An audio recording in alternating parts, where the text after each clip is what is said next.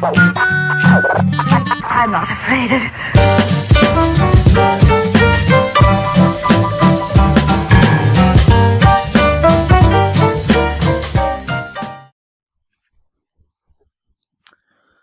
Eh bien, salut à tous, c'est Yoni, on se retrouve aujourd'hui pour une nouvelle vidéo. Alors, cette vidéo sera le premier épisode, enfin l'épisode 0 plus ou moins, donc un épisode explication, présentation d'une série que je vais faire qui s'appellera Victime sociale. Dans ce premier épisode, je vais vous expliquer ce que j'entends par ce terme, par cette appellation, et en gros voilà, c'est ce qu'on va faire dans cette vidéo. Et après, petit à petit, je développerai. En fait, ce que je vais faire, c'est que d'abord, je vais vous donner une explication globale assez large de ce que j'entends par ce terme, par cette appellation. Et ensuite, on prendra point par point, de manière plus détaillée, ce qui fait de quelqu'un une victime sociale selon moi. Et on essaiera de trouver une solution pour justement se libérer de ça. Parce que au final, vous allez vite comprendre que on a chacun différentes parties, différentes parts de nous qui font de nous des victimes sociales. Et donc, je vais vous expliquer, on va mettre le doigt justement sur ce que sont ces éléments. Et au fil des vidéos, on trouvera des moyens pour s'en débarrasser, pour se libérer de ça. Donc en gros, au cours de la série, à chaque fois qu'il y aura une vidéo, une partie de la vidéo, ce sera en gros description du problème, description du point que je vais illustrer, et seconde partie où ce sera comment se libérer de cet élément, quelle solution y apporter, et aussi bien sûr pourquoi est-ce que ça pose problème, bien sûr. Mais le pourquoi ça pose problème, on fera dans la première grande partie sur l'explication du terme. Donc d'abord, je vais vous expliquer ce que j'entends par l'appellation victime sociale. Donc ce sera le thème de la vidéo d'aujourd'hui. Alors, lorsque vous avez dû lire le titre ou lire les termes victime sociale, vous avez dû déjà avoir une petite projection de ce que je pouvais entendre par là. Vous avez pu vous imaginer ce que je voulais dire par cette appellation, et du coup on va voir si vous avez eu raison ou non, et on va partir de ce que vous avez pu penser pour illustrer, pour voir si pour essayer d'éclairer ce que vous avez pu en penser au premier coup d'œil. Donc, victime sociale, vous avez dû vous dire quelqu'un, alors deux solutions. Soit vous avez pensé quelqu'un qui est victime de la société, dans le sens quelqu'un qui est une victime au sens application sociable, c'est-à-dire quelqu'un qui se fait victimiser par l'entourage, je sais pas, ça peut être par exemple, vous avez pu vous dire que par exemple quelqu'un qui se fait victimiser dans son établissement, dans son école, dans son collège, dans son lycée, cette personne est une victime sociale. C'est ce que vous avez pu penser. Du coup, vous avez pu vous dire que c'est ce que je voulais dire par là. Ou bien, vous avez peut-être compris victime sociale dans le sens victime de la société, c'est-à-dire asservie par la société. Et c'est là la bonne interprétation, parce que c'est ça que je voulais vraiment dire. Hein. C'est pas le premier sens auquel vous avez pu penser, que j'ai présenté juste avant. C'est pas ça que je veux illustrer à travers ces vidéos. C'est justement la notion de victime sociale, c'est-à-dire victime de la société, dans le sens dépendant de la société et addict plus ou moins à la société. Mais surtout, oui, cette notion de dépendance dont on va parler dans de nombreuses vidéos de la série. Donc voilà, en gros, une victime sociale, selon la manière dont je l'entends et dont je vais l'aborder à travers cette série de vidéos, vous en avez tous dans votre entourage et vous l'êtes vous-même dans certaines parties de vous. C'est-à-dire que 99, même plus, probablement tous, 99% des personnes qui vont regarder cette vidéo sont des victimes sociales. dans certains aspects. Vous êtes simplement des victimes sociales plus ou moins lourdes, si on peut dire ça comme ça. Donc en gros, c'est tout ce qui va impliquer une sorte de manque de personnalité, c'est-à-dire dépendre moralement et matériellement de la société. C'est ça que je veux dire. Alors, les mecs et les filles aussi, hein, comme ça. Je dis aussi, mais c'est dans le sens autant. Les filles et les garçons ont autant une aussi grande capacité à devenir des victimes sociales. Dans certains aspects, les filles parfois un peu plus. J'expliquerai pourquoi, mais encore une fois, ce n'est pas une vérité générale. C'est juste une observation qui est que parfois, je constate que les filles sont plus influençables et plus influencées par la société qui les entoure. J'expliquerai pourquoi dans d'autres vidéos. Donc ne commencez pas à bégayer s'il y en a qui commencent à saigner des yeux là, des oreilles. Attendez, vous verrez. Commencez pas à bégayer dans les commentaires, c'est pour dire de la merde. Donc du coup, ça y est, je commence à m'énerver, du coup je me perds.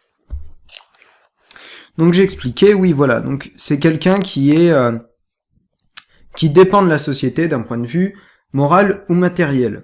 Alors, on va illustrer les deux. Moral, c'est dans le sens où son point de vue, son avis, va beaucoup être influencé par justement ce qui l'entoure, c'est-à-dire par toutes les bestioles sociales qu'il a autour de lui, en l'occurrence les humains. Et ensuite, matériel, c'est-à-dire qu'il va faire l'acquisition de biens matériels, où il va être attiré par des choses matérielles, qui profondément ne l'attire pas plus que ça, qui profondément au fond de lui, en sa nature, ne lui apporte rien et dont il n'a pas fondamentalement ni le besoin, ni l'envie, ni la nécessité. Et donc, cette personne va se persuader qu'il en a besoin et que ça lui plaît, et il va en faire l'acquisition. Et un autre point par rapport à l'aspect moral, à travers cette vidéo, on va aussi voir comment la société apprécie le fait de rendre les gens dépressifs. Et pourquoi est-ce qu'elle dépend un petit peu du malheur des gens. C'est triste à dire, mais vous comprendrez ce que je veux dire à travers les différentes vidéos de la série.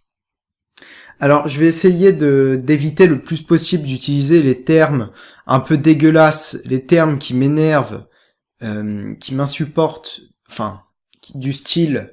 Parce que, en fait, ce qui fait que ces termes sont énervants, c'est qu'on les entend dans des bouches où ils n'ont aucune légitimité d'exister. Hein. Voilà, ça je l'expliquerai dans d'autres vidéos et vous serez très certainement d'accord avec moi si vous avez fait les mêmes constats que moi et si vous avez réussi à prendre un tout petit peu de recul, si vous n'êtes pas un cas trop aggravé. On va éviter tous les termes du style dans le monde actuel, dans notre monde.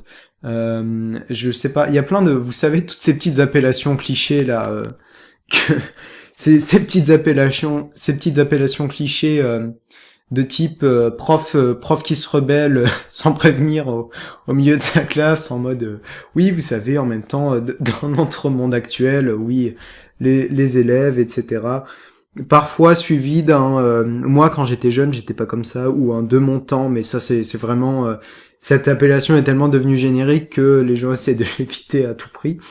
Et voilà, c'est ce que je veux dire. On va éviter tout ce genre d'appellation qui fait saigner des oreilles. Et surtout, très important, on va essayer d'aborder le problème de manière neutre, comme ce que je fais souvent. C'est-à-dire regarder tous les points et surtout être honnête avec nous-mêmes. Enfin, moi, du coup, dans mon analyse, je vais être honnête avec moi-même le plus possible. C'est-à-dire que je vais pas défendre quelque chose qui n'est pas défendable. Je ne vais pas me présenter comme un saint, c'est-à-dire comme... je devrais pas utiliser cette application en parlant de moi, mais bref. Je vais pas me présenter comme quelqu'un qui a la vérité absolue.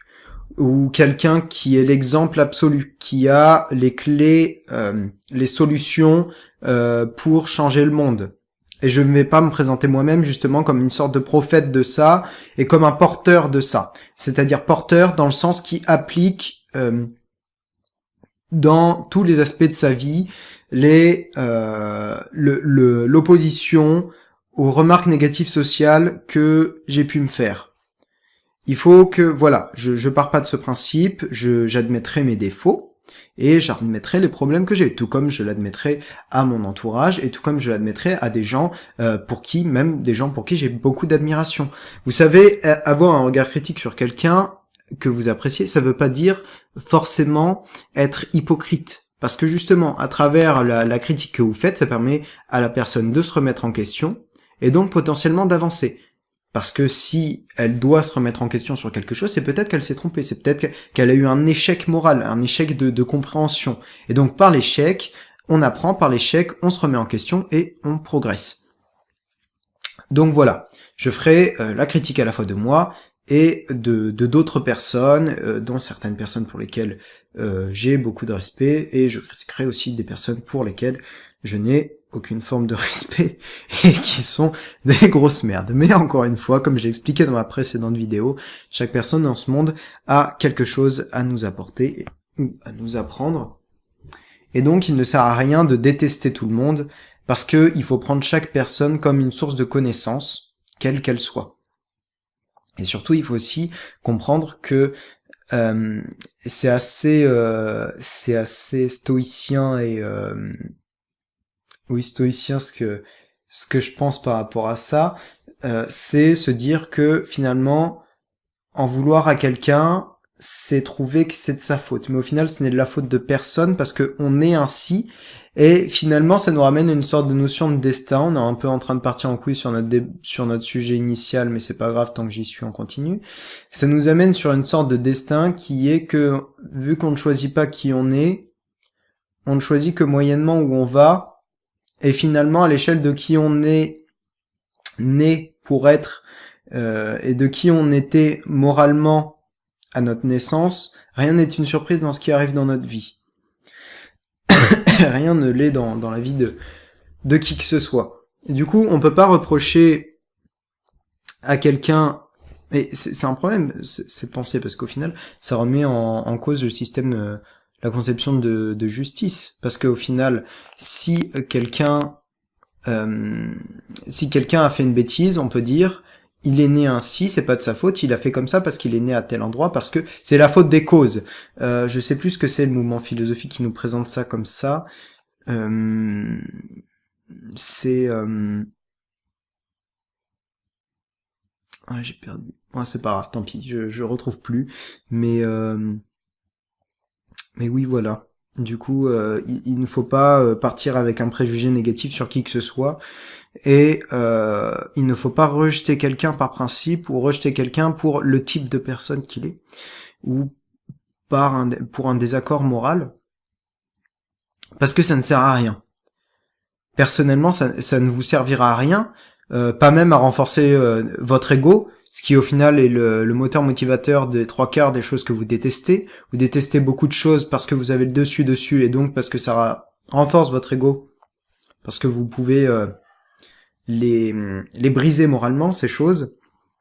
Et donc détester tout le monde, comme je l'ai dit, ça ne vous apporte même pas à votre estime de vous-même, ça ne vous apporte strictement rien. Par contre, au contraire, essayez de comprendre ce que les gens ont à dire et essayez de dépasser notre point de vue premier, ça nous permet de trouver un sens en quelque chose. Et donc, chaque personne, chaque parcelle de terre en ce monde a quelque chose à nous apprendre sur nous-mêmes et a quelque chose à nous apprendre humainement.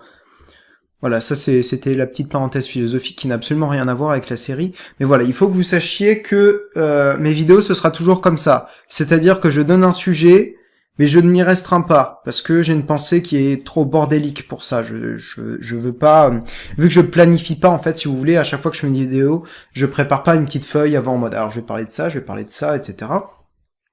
J'y vais au feeling, et donc forcément, j'ai la pensée qui va dériver sur différentes choses. Et c'est le cas pour tout le monde dérive comme ça, sinon les discussions n'iraient que dans un sens et les discussions n'évolueraient jamais entre les gens parce qu'on serait tous restreints à une seule idée, on serait pas capable d'emboîter sur une autre. Donc bref. Donc voilà, mes vidéos seront toujours comme ça, avec des petites apartés, des petites apartés constantes, oui on peut dire ça comme ça, constantes. On peut dire constante, je suis pas sûr de moi, mais avec des petites apartés souvent comme ça qui partiront sur d'autres sujets, qui ne seront pas le sujet principal de la vidéo. Bon, alors ça a des avantages et des désavantages. Le désavantage, bien sûr, c'est que du coup, il y a un côté offre et demande qui n'est pas présent pour mes vidéos, c'est-à-dire que lorsque vous cliquez sur une de mes vidéos, les vidéos que je fais maintenant, hein, je parle pas de mes vidéos passées, vous n'aurez pas le contenu borné auquel vous vous attendez, c'est-à-dire que vous n'aurez pas votre boîte, votre super boîte de jouets avec ce qu'il y a sur l'emballage exactement à l'intérieur. Vous aurez quelque chose de plus complexe, mais ça a aussi un avantage, c'est parce que du coup, ça permettra d'élargir la réflexion et d'amener la réflexion sur d'autres choses, et au final d'aborder beaucoup plus de sujets, et d'amener plus d'ouverture morale et plus de réflexion à mes vidéos sur sur plus de sujets, et comme ça évitera au plus possible qu'il y ait du non-dit. On essaiera de limiter le plus possible du non-dit. Ça, ce sera un avantage. Donc je pense que c'est une habitude. Au début, ça va vous faire bizarre parce que on est très habitué à aller sur une vidéo en fonction du titre et à s'arrêter à ce que le titre nous présente. C'est-à-dire que si quelque chose sort du cadre, sort du titre, ça nous perturbe. On n'était pas préparé pour ça, on n'a pas signé pour ça, on n'a pas cliqué sur cette vidéo en disant je vais sacrifier 7 minutes de ma vie pour m'écouter, pour t'écouter. Si c'est pour qu'ils disent autre chose que ce qui était prévu au départ. Voilà, on n'est pas trop habitué à ce genre de choses, mais c'est ce que je vais faire dans mes vidéos. Donc il est possible que ce soit un peu désorientant, que vous ne réussissiez pas au début toujours à regarder mes vidéos en entier parce que c'est ennuyeux, j'étais là pour apprendre telle chose sur tel élément, et il part sur autre chose, soit dont je me fous, soit dont je n'avais rien envie d'apprendre. Ou en tout cas dont je n'avais rien envie d'apprendre dans ces 7 minutes qui t'ont été accordées, même si mes vidéos sont toujours plus longues que 7 minutes, mais vous voyez ce que je veux dire. Et donc pour revenir et pour terminer par rapport à cette notion de victime sociale, je vais vous faire un portrait un petit peu plus clair de ce que sont les victimes sociales. Les victimes sociales, c'est 80% des personnes que vous croisez dans un lycée, c'est-à-dire les gens pas de personnalité, qui portent tous les mêmes habits, vont tous chez les mêmes marques, vont tous sur les mêmes sites internet, les mêmes réseaux sociaux, postent les mêmes photos, ont les mêmes amis qui eux-mêmes font exactement la même chose, ont les mêmes groupes d'amis qui partagent les mêmes choses, qui discutent des mêmes sujets, ces sujets qui sont restreints dans des bornes sociales qui sont en fait des cases pour pouvoir mettre les personnes sous forme de cases. Et d'ailleurs, il y a besoin de ça parce que sinon, on serait incapable... Enfin, il n'y aurait pas cette capacité qu'ont les gens à porter un jugement critique sur quelqu'un sans l'avoir vu prononcer la moindre parole, ou en tout cas sans avoir eu la moindre vision de ce que pouvait être l'étendue de ses qualités morales. Il n'y aurait pas cette capacité. Alors, est-ce que cette chose est une bonne ou une mauvaise chose? C'est une bonne chose parce que ça permet aux gens d'avoir plus confiance en eux parce qu'ils se sentent dominants dans le monde. Mais en même temps, c'est une mauvaise chose parce que du coup, ça fait que les gens sont cons et que les gens n'essayent pas d'aller au-delà des apparences et qu'ils préfèrent se borner à détester quelque chose plutôt que d'essayer de le comprendre. Mais ça, on l'a déjà vu dans ma vidéo précédente, on en a déjà parlé rapidement. C'est encore une idée que je défendrai et que j'expliquerai dans d'autres vidéos. Donc voilà, c'est à peu près tout. Et une dernière chose que je tenais à préciser, ne vous attendez pas à une suite de vidéos où en gros je vais bâcher pendant tout le long de la vidéo le lycéen lambda, sans aller au-delà de ça. C'est-à-dire que tout le monde va en prendre. Je vais parler des victimes sociales, de ceux qui ont 90 ans à ceux qui viennent de naître. Et on verra d'ailleurs que c'est une notion qui est de plus en plus courante et qui est très très très très favorisée par notre mode de fonctionnement social. Et donc on verra que au-delà de la quarantaine environ, pas quarantaine, cinquantaine, cette notion de victime sociale est un peu amoindrie, un peu moins violente à l'égard des gens, parce que justement, on arrive dans une période où le verrouillage social était un peu moins important, et où l'ouverture d'esprit était plus présente, et où la variété des individus était plus présente. Plus avec un S, je précise, plus, enfin, plus, c'est juste que je prononce plus, c'est énervant, parce que du coup, on sait pas si c'est plus, du coup, je suis obligé de me faire chier dans mes montages. Enfin bon, bref, Bref, c'était la petite présentation de cette série. J'espère qu'elle vous plaira. Petit teaser, première vidéo de la série, ce sera sur les réseaux sociaux. Il y aura plusieurs épisodes par rapport à Internet. Il y aura beaucoup d'épisodes d'ailleurs sur Internet parce que c'est un gros moteur de la victimisation sociale. On verra tout ça. En tout cas, j'espère que ça vous a plu. J'espère que cette idée de série vous plaît. Et je vous dis à dès que possible pour de nouvelles vidéos. En attendant, portez-vous bien et je vous dis à... Est-ce qu'on va dire bientôt? Oui, ça dépend à quelle échelle on se place, mais on va dire bientôt quand même. Portez-vous bien, salut à tous.